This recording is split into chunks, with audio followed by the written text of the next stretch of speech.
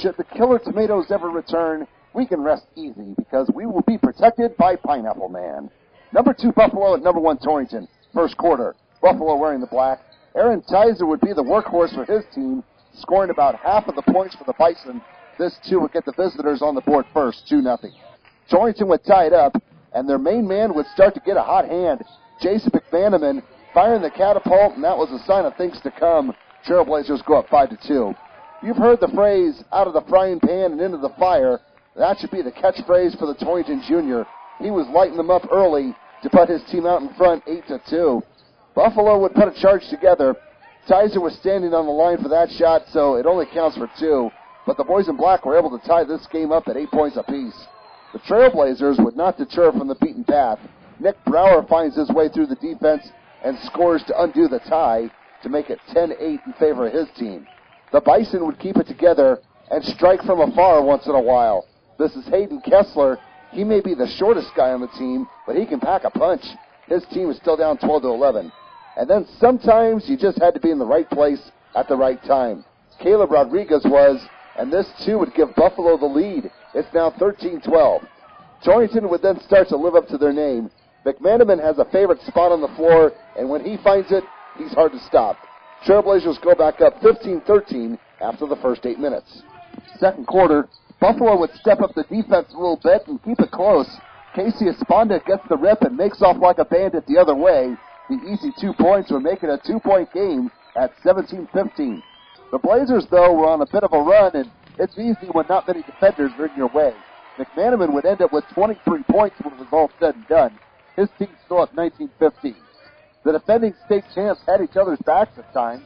That first shot is blocked, but Mark McKee was there to clear up the mess and put it away for 2. The score now reads 21-15. At times, the home team's hand was quicker than the opposition's eye. Blake Risworth will get the finish and the whistle. Actually, the foul was after he came down from the shot, so he got 2 and a double bonus. Torrington now leads 25-16. The lead would swell into double digits. E.J. Zimmerman does the honors with this jumper, and the home team's now in front 27-16. The Bison needed to get their acting gear, or else they were going to have some problems. Aaron Fenner's going to get a few friendly bounces before he gets his 2-point reward, but his team's still down by 9. Their big man was doing his job. Tizer finished with a double-double, 28 points and 15 rebounds, and the ref will give him one more here. Buffalo trails 31-20 at this point. Torrington wasn't missing much for most of the game. Chris Smith would add to the cause here, and the Trailblazers would go into the locker room up 33-21. Third quarter, things would go back and forth for a while, so we're going to skip a few highlights here and there. Buffalo would try to make a few moves, like this inside job by Tizer to get things going. But the home team would have an answer for plays like that. The first shot is missed, but McKee's going to get the offensive board and basket. The lead would stay at 10 points for a while. Buffalo then got something going. Esponda's going to drive right through the defense and find a way to score. That has things a little closer, although his team is down 40-34. They say no guts, no glory. Well, Colin Rodriguez certainly had them here.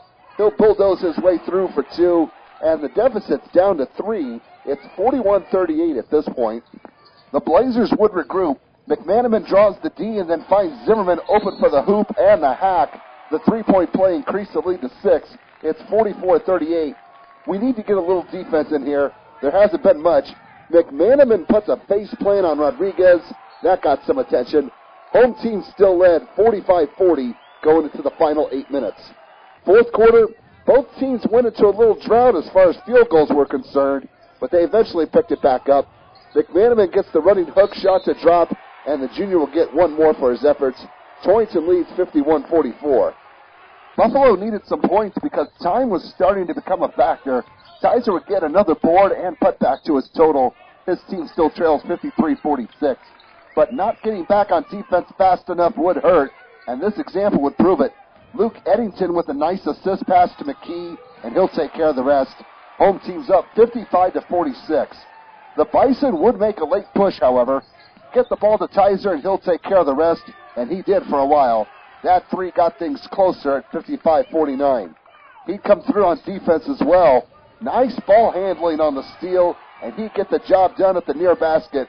The deficit's down to 4. It's 55-51. Dizer did his job and then some, such as this three coming up. The problem was he needed just a little more offensive support from his teammates. He scored half of his team's points, but from there, things went into free throw mode, and Torrington would hold the opposition at bay to clinch the number 1 seed in the East, winning 63-57.